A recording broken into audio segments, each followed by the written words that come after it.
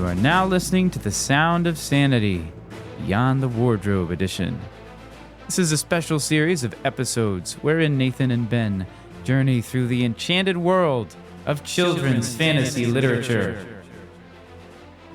What will this journey bring? You'll have to come with us to find out.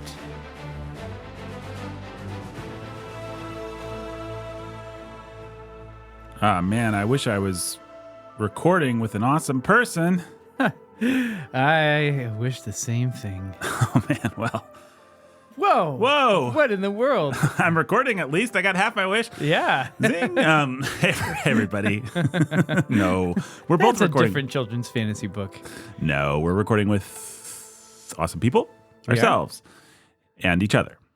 There we go. My name is Nathan. That is Ben. This is Sound of Sanity, our special edition. You just heard the blurb. We're reviewing children's fantasy books. And today we are talking about Edith Nesbit's 5 Children and It. Not about Stephen King's demon clown that can take any form to scare horror. you. No horror elements in this book. Yeah, some gypsies try to kidnap a baby at one point or something like that. Yeah, it's horrifying. It's horrifying. Yeah, don't read this book. That's a fun book. I don't know. Ben, I like it a lot. Who was Edith Nesbit? Edith Nesbit. I am prepared to say a little bit about her. She was born in 1858. She died in 1924. She wrote a lot of kids' books. She wrote poetry. She wrote plays. She was influential on a lot of authors that I'm going to guess you, dear listener, already like C.S. Lewis, for instance. A lot of other people. James Patterson. J.K. Rowling. Diana Wynne Jones. Yeah. You can definitely see some Rowling DNA in here. Yeah, Rowling. I butcher her name. Mm-hmm. And she just had a big influence on children's fantasy. Some people would say she created modern children's fantasy. She moved away from, let's go to a different world and have an adventure there too. Nope, let's just be in our world. Something magical happens. These are recognizable children in a recognizable contemporary setting, and magical thing happens. But there's sure is a lot of regular life going on around that magical thing. And nobody has to go down a rabbit hole or nope. Get sucked into a portal or go climb through a wardrobe. Nope, and it's not a world of talking frogs and stuff like Wind in the Willows. It's just a world of kids, and there's a magic thing. Actually, most of the enjoyment of the story comes from watching the magic interact with very prosaic, humorously prosaic things about a little bit like you took, if people know Narnia, if people have heard of the Narnia books. One of my favorite portions as a child of the Narnia books was in Magician's Nephew, when the White Witch, before she's the White Witch, ends up in our world and she's just causing havoc and running around and people are confused and there's like cab drivers that are like, blimey. This is almost like if you took made an entire book of that kind of thing. What would happen if a little Narnia got into our world? Well, it'd be some crazy shenanigans, I'll tell you. Anyway, go ahead, Edith Yeah, Nesbit. that's right. So she wrote a bunch of books. So we're talking about 5 Children and It today, which is the first of a 3-part series called the Samiad series. I mean, they're all stand-alone sort of books, but they're about the same group of children. And she wrote some other series. She wrote an earlier series called the Bastable series. There's a book written in 1899 called The Story of the Treasure Seekers that some of our listeners may have read. I have not read these. I'm pretty sure these are not fantastical. She also wrote The Railway Children. People have read that. That's not fantastical. That's kind of sort of based on her life. And she wrote some other fantasy novel stuff and this little book of stories called The Book of Dragons, which is really fun. And she's an interesting person. So I'll just talk a little bit about what she was like. And I just don't know. I'm trying to remember what I've read, because it's been a long time before doing this podcast since I read any Edith Nesbit. Although I think I read one story of The Book of Dragons out loud to a friend in the past several years, but that's it. So I don't think that you would figure her out from reading her books. Here's what I mean. Her books are about pretty sweet children in what seem to be pretty ordinary families, upper middle class, lower upper class maybe, The Railway Children, of course, is about lower class kids. So she writes about different spectrums of life, and family, it's clear, is very important. Mom is very important. Dad is important. You know, if you're in a household with servants like you are in this book, then the servants are important. It's kind of has a sweet feeling to it, family centered. So that is kind of who Edith Nesbit was.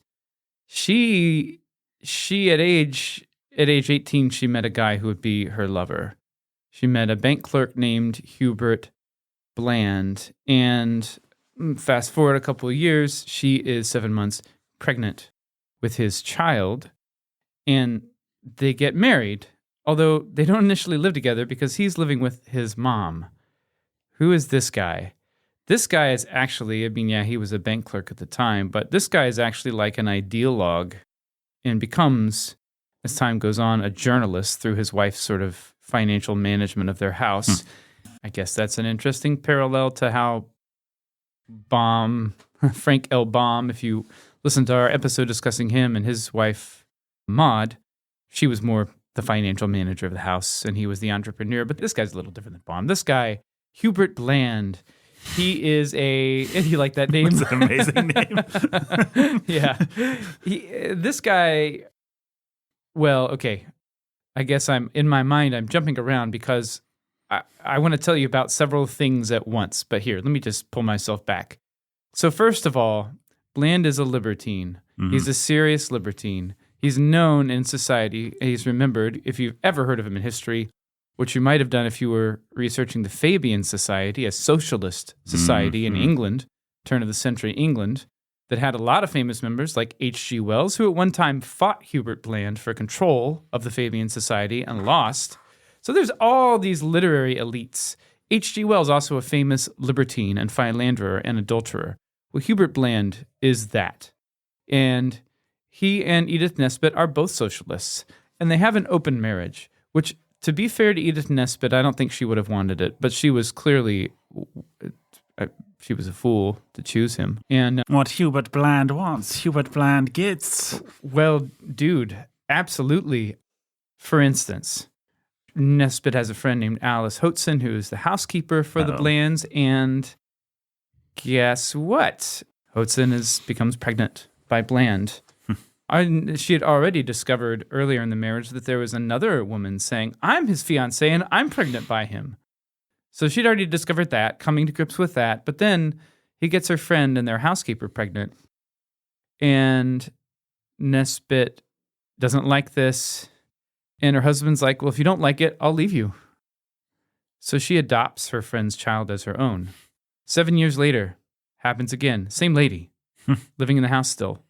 Has another, they're just lovers. It's just an open marriage. It's just really gross. And she adopts that child also.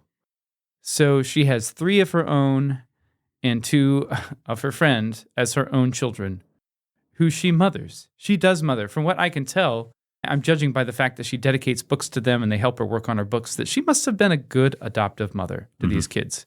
So that's sweet, and that's where kind of the warmth and motherliness of these stories comes through. That's not faked, but you would not have expected it to have come from this lady. Interesting. And she's an outspoken socialist. She's an active part of the Fabian Society with her husband. She's proud that he's part of this. And they're part of it like their whole lives. And so it's just weird. It's just weird. Like, who is this lady? Let me read a little paragraph written by George Bernard Shaw about Hubert Bland. A man of fierce Norman exterior and huge physical strength, never seen without an irreproachable frock coat, tall hat, and a single eyeglass which infuriated everybody. He was pugnacious, powerful, a skilled pugilist, and had a shrill, thin voice reportedly like the scream of an eagle. Nobody dared to be uncivil to him." Unquote. And what's weird is that Bland in his own way is conservative as well as being socialist. For instance, he and Edith Nesbit both oppose women's suffrage. I think Bland has his own reasons for that, but for Nesbit, it's like, well, what if they swing away from voting socialist? That's no good. You don't want to split the vote. Right. That's funny. Isn't that funny? Later on, Bland becomes a member of the Roman Catholic Church but that's just his exterior. That's just his I'm a conservative values kind of guy in some sense. But throughout his whole life, he never stops being a very nasty adulterer. He dies in 1914. Edith Nesbit remarries a few years later and then is married to that guy for 7 years before she dies at age 65. And no one really remembers Bland. At the time, he became sort of a popular and well-known figure, a well-known journalist, kind of a wit. He sounds like he'd be a great character in like a League of Extraordinary Gentlemen type, absolutely supporting kind of evil aristocrat with white gloves. But apparently people kind of loved him, even people who should have hated him. Mm-hmm. Or he was just one of those guys. Yeah. And Edith Nesbit is the one who lives on, not Bland. And Edith Nesbit lives on through books like the ones we read today, where, like we talked about, you got magic, you got your kids, you got your family, you got your more or less understated moral lessons, but not really in a kind of a straightforward moralizing kind of way, I would say. Right. And she also wrote some horror stories, apparently. She wrote some books for adults. I haven't read any of that. The only stuff I've read by her is her kids' stuff. Never looked at her poetry, never looked at her plays. I believe I am familiar with her horror stories. My favorite thing in life is to get a big omnibus of stories from that era and read them. And so I'm sure I've read Edith Nesbit. I couldn't tell you much. I'm vaguely familiar with one I think called John Charrington's Wedding, about a man who he and his bride swear that they will be married on such and such a date. And that promise is kept even though one of them dies. Something like that. I think she had a good line in the kind of post-Victorian sort of spooky kind of ghost stuff. So I dare say those stories would be fun for someone who has that sort of appetite. But in any case. That's interesting. Well, so that's Edith Nesbit. And man, what a weird, gross, awful family life she had. Of course, she's a socialist. So I don't know. Would you have expected any of those things to be part of her bio? Not really. I mean, of course, socialist maybe had slightly different connotations. It did. It had not been so thoroughly tried and found wanting at that point in human history. So it's true. You have a lot of anarchists at the time. You have a lot of socialists, and it's all sort of more utopianists. Utopia, yeah. There was a time of sort of social upheaval and lots of fancy sort of proto-hipsters with their own ideas. And all sleeping with each other's wives as much as possible. Yes.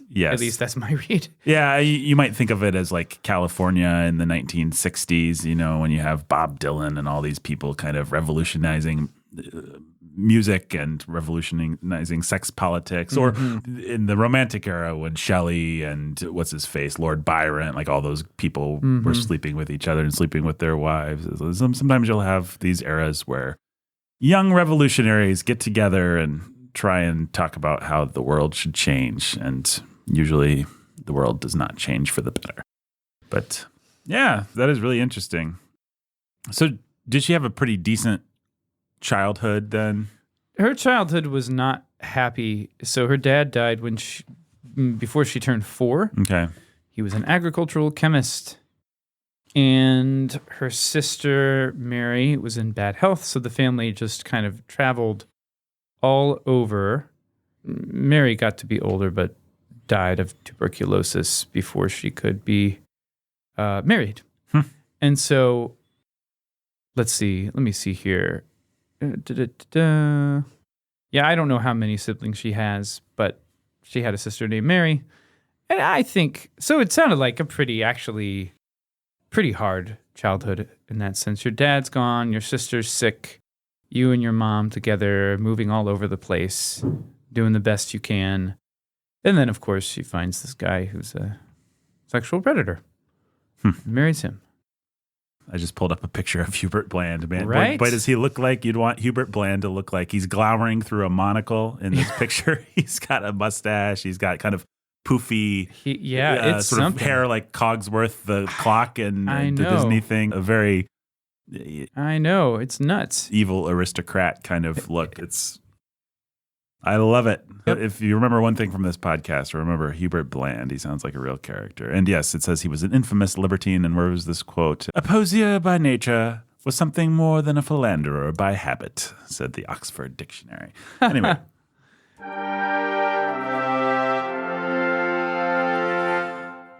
What baggage? I brought no baggage. I was familiar with the name Edith Nesbit, and I think familiar with her as a touch point for people like Diana Wynne Jones or J.K. Rowling, or like British fantasists particular seem to enjoy her and grow up with her. But you said you had read a horror story of hers or something. I think so, but I wouldn't have.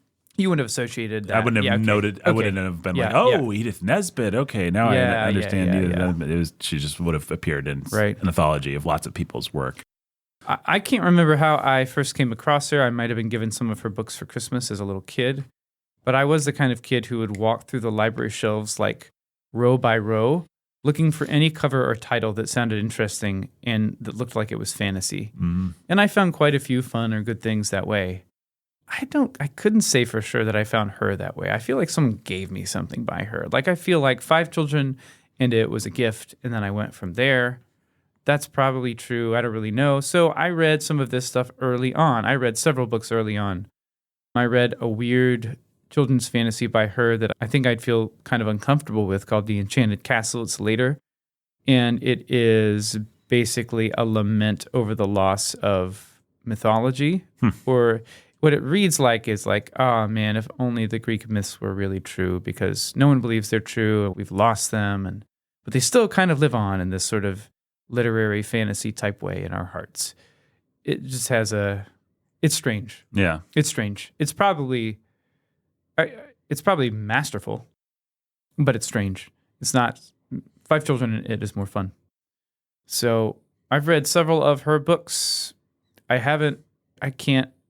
There's a lot I'd forgotten about this one. I know I've read at least the second book in the Sammy series. I may have read The Story of the Amulet, which is book 3. I've read The Book of Dragons. I think I've read Railway Children, Once Upon a Time. And do you like them all as much as this one, or is this one special? No, or? I think that I do. I think that if you like what she's doing, you're going to like the rest of what she's doing, because she is, I'd say, a pretty excellent prose writer. Mm-hmm. She's very clean, very crisp. She's witty. She's a good observer of character. She likes a certain kind of peril. And I think it's fun. Yeah. We're getting into our take. I know. Let me bring this. Sorry. I agree. All right. This book was fun. I don't know that I have a ton of things to say about it. If you, like me, have a love-hate relationship, well, no, that's not true. I have a love relationship when it's done well. Well, what am I trying to say? What do I actually think here? I guess I love it. I guess I just love it. Usually. Love what? I don't know. I'm just going to sit here thinking on mic, without telling you what I'm thinking about. Yeah. So she does the thing, which in the wrong hands can be quite annoying, but I always enjoy it when it's done well. I always enjoyed it when C.S. Lewis did it, or when Tolkien did it in The Hobbit, which is where the author addresses the reader directly and says, now you may be thinking blah, blah, blah, or now obviously you wouldn't cry, or now, courtesy demands that I don't tell you what happened here, or like that sort of very arch, cutesy kind of thing. I think I like it when any great British fantasist does it, and I hate it when a modern person who's read probably C.S. Lewis tries to do it. Like it can be very annoying when it's done poorly. But as a kid, I almost always loved it. I really mourned Tolkien abandoning that more avuncular tone in the Lord of the Rings, because I read The Hobbit first as a kid, and I loved how he would stop himself. Now, what is The Hobbit? I suppose you probably don't know. Let me tell you. That sort of thing I always liked. In general, I'm very much in favor of artists drawing attention to themselves. I think the whole idea of the artist needs to be invisible is kind of bogus. A Stanley Kubrick or somebody who's like, look at this shot in my movie. I tend to like that kind of thing more than I don't like that kind of thing. Yeah. So I liked that. She is witty. There are just fun little lines like there is nothing like wings for getting you into trouble, but on the other hand, if you are in trouble, there's nothing like wings for getting you out of it. Little aphorisms like that. That's fun. They chose in haste and were happy at leisure, stuff like that. And so she's witty. She's fun. I didn't find myself like amazingly investing in this story or like deeply caring. Like I have to turn these pages. In some ways, it's the slightest of anything we've read or the most just a trifle, but it's a fun trifle. Yeah, I would say it's not as much of a page turner as even like Wonderful Wizard of Oz. Right. But on the other hand, it's better literature. Yes, I would agree with that. It's better written. It's better constructed. This might be the thing that of all the books we've read, which we've only done 3 so far, I guess, but 3 or 4, but I would be maybe most excited to give this to my kids when they're at a reading age, just because I could see a kid really just enjoying reading one chapter before bed and just enjoying the adventures and the fantasy of, the premise of the book is that the kids find a fairy basically that can grant them wishes, and then they sort of do the classic Faustian bargain thing where they make wishes and then the wishes backfire or come true in the wrong way. They wish that they could live in a castle and suddenly the castle is besieged. They wish that they could have wings, and then they end up the wishes go away at sunset. And so they end up trapped on a roof of a spoilers. Yeah, sorry, that's spoilers. But those are just a couple examples of the zany ways that these wishes don't work out and the trouble that they get into. Well, what's fun, and she's able to do this consistently, is that she doesn't get them. She gets them into predicaments through the fantasy of here's a wish, but she doesn't really get them out that way. Right. What happens is they decide, oh, I have wings, I can take this food. And then the wings go away, they're trapped, and they're like, I guess that was stealing, and now that person's going to catch us for stealing. So they have to get out of it. And so there's always a character lesson in there. But it feels fair. And very lightly. She's a light touch. It's light touch, although what she's good at is making you feel ashamed. Right. And in a way that I appreciate it. Yeah. And I can see that being useful for a kid, just feeling like humiliated, like, why are you making that choice? Like, that's a bad choice. And then instead of letting them get away with it, she like doubles down. No, she's like, no, they were dumb. And then they got caught. Right. Yeah. And then they had to say, sorry. Yeah. It's a good play along book. Like kids can imagine what they would do with wishes. They can imagine how they would get out of this or that scrape, or what they would do if they had this or that power or special thing happening. And the kids are allowed to be clever in some ways, but also stupid in others. The kids are well drawn and well observed and fun to hang out with. They actually are. It's 4 siblings, and then their baby brother sometimes comes along. But they really work. It's like, oh, this lady knows kid dynamics. Like every character is shaded just enough. So that's the older brother. That's the older sister. Here's the younger brother. He's more of a punk. The younger sister's a little more of a baby, but it's just right. It's a good job. There's an economy to the way that she draws the characters and the way that they express themselves in dialogue, which I don't think it's just because I was listening on audiobook. I had a really good reader who did the perfect shading in the way that she played the characters. I don't think it's just because of her, but maybe if I read it, I would be like, eh. But no, it seemed like Edith Nesbit was just good at that kind of thing. She's good at that kind of thing. She's good at, I have a love-hate relationship. Another thing I have a love-hate relationship with is Monkey's Paw style stories or Faustian bargain stories, because oftentimes and I grew up on the Twilight Zone and stuff, it's just so predictable. Like, don't wish for that. Don't wish for money. Your relative's going to die and the life insurance will come through.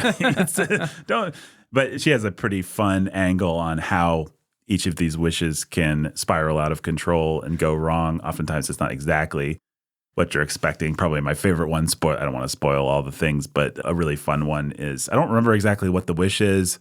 There's a lot of wishes where the kids accidentally wish, which is fun. But they end up wishing that their baby brother would grow up, and then he becomes this intolerable dandy because he's suddenly been launched into adulthood without any of the conflicts or trials or discipline. So he's just like, he wants to go to town and find ladies and stuff like that. And it's quite funny the way that he's drawn. It is funny. Their irritation with him, and then it mostly becomes a game of them puncturing his bicycle tires so that he can't actually make it to town and spend a a bunch of money and get into a bunch of licentious trouble. Yeah, so there's fun stuff like that. And the individual people that they meet who are the foils for their adventures, the different characters in town that they meet, or the people that are surprised by them, the random guy that sees them fly and decides that he's going to reform his entire life and then does successfully. It's really funny. There's just a lot of funny little character portraiture. Right. That was all fun. The Sand Fairy himself, the Samiad, is quite fun. Yes. As a character. He's sort of grumpy, and I don't know what else you would say about him. He's grumpy. He's sort of wise. Yeah. But he's not. He doesn't much like the children, and that's quite fun. He's not a sentimentalist, and he's sort of he's been granting wishes now for thousands of years, and he's just constantly disappointed and disgusted by what people actually wish for. And you don't get the feeling that he's intentionally teaching them lessons or making things go wrong. It's just genuinely be careful what you wish for. But all that stuff is handled with a light touch. I feel like when we say be careful what you wish for, when I say that, it sounds like more of a kind of annoying moralistic fable than It does not just feel like each chapter they wish for something and then they learn a valuable lesson, and it does broadly follow that formula, but more in the sense that the character of the children is continually exposed to their stupidity, their lack of wisdom. Yes. So, no, it's fun. I think I really wish I could remember the sequels now, but I am interested enough to go back to them. Yeah. And I guess I can't remember anything, so I have nothing to say about those. I would be interested to read them too. I would be interested to read more of this lady. She's a talented lady. And you can definitely you can feel how even the tone you were talking about, I'm the author, I'm going to comment on this, humorously perhaps, and make a joke of it, breaking this fourth wall. That is, let's see. Yeah, so she's upstream of like Lewis and Tolkien. Yeah, it feels like they're both doing Nesbit actually, because you don't see that as much in like a Lewis Carroll or some of the other early children's fantasists that would have been popular at the time. J.M. Barrie, I don't think exactly does it, although he's very weird in the way that he describes things. I remember that. Same thing for Milne, same thing for a lot of, but yeah, Nesbit is light and humorous in a way that pretty clearly appealed to both Lewis and Tolkien, I would say. It's those thumbprints are on The Hobbit and on the early Narnia books, or maybe all the Narnia books. Yeah, she's fun. There's something else I was going to say about it, but I don't remember what it was. Maybe it'll come back to me. I wish it would come back to me.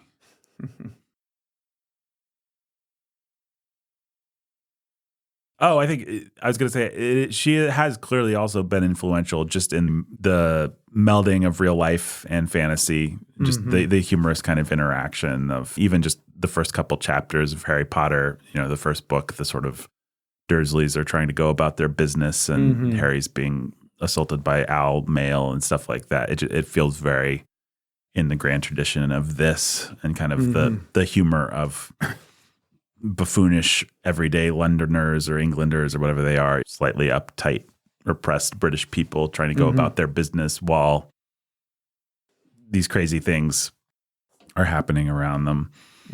She has a good line in that, and it's a lot of fun. And yeah, pretty clearly influential for people like Diana Wynne Jones or...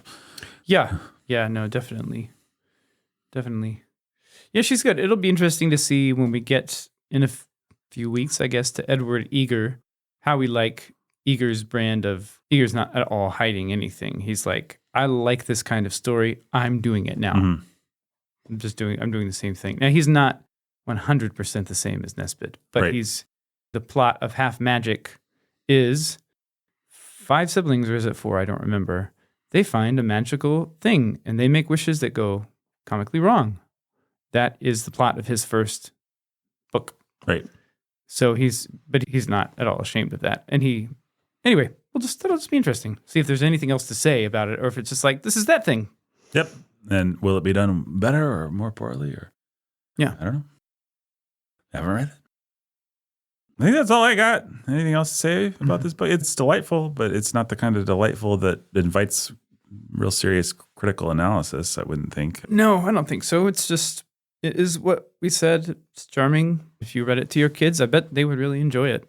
Yeah. There's parts that will probably make you laugh because they're funny enough. And then there's things that are pretty sweet. And there's a lot of I don't know. I think the only other thing to say is that for all of her brokenness and kind of the horror of the marriage she chose, and I don't know if Nesbit herself had any affairs. I didn't read that she did, but I didn't research her that deeply. So anyway, for all of that, there's a kind of like family health to what she's describing that I was like, oh, huh.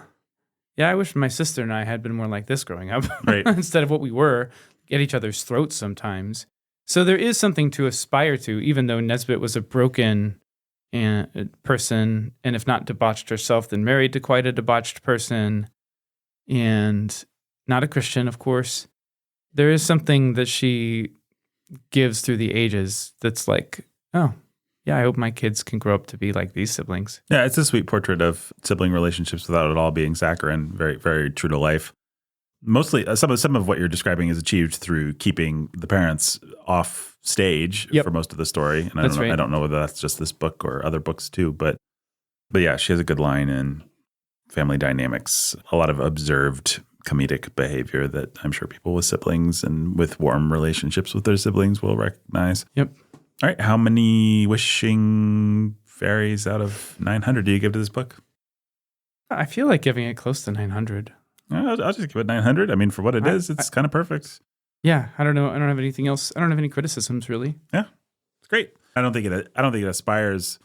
My taste runs more towards probably both of the other two books that we've done at this point in my life for whatever reason. But like I said, I could really imagine a child's taste actually running this direction. And I could imagine if I'd read this book at the right age, wanting to read all of her other books. It's great.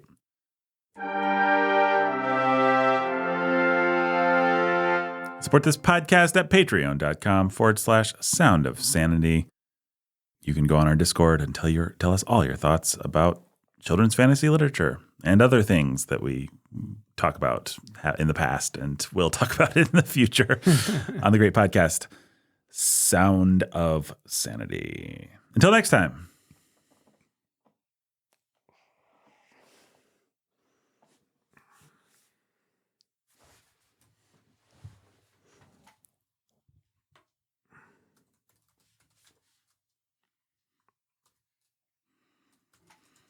Ben is typing. He's trying to find a quote or something to say. It is taking him a long time. This is a slow, old computer. He's on a slow, old computer. That is why you fail. All right, I'm ready. All right, until next time. Don't you know a sand fairy when you see one?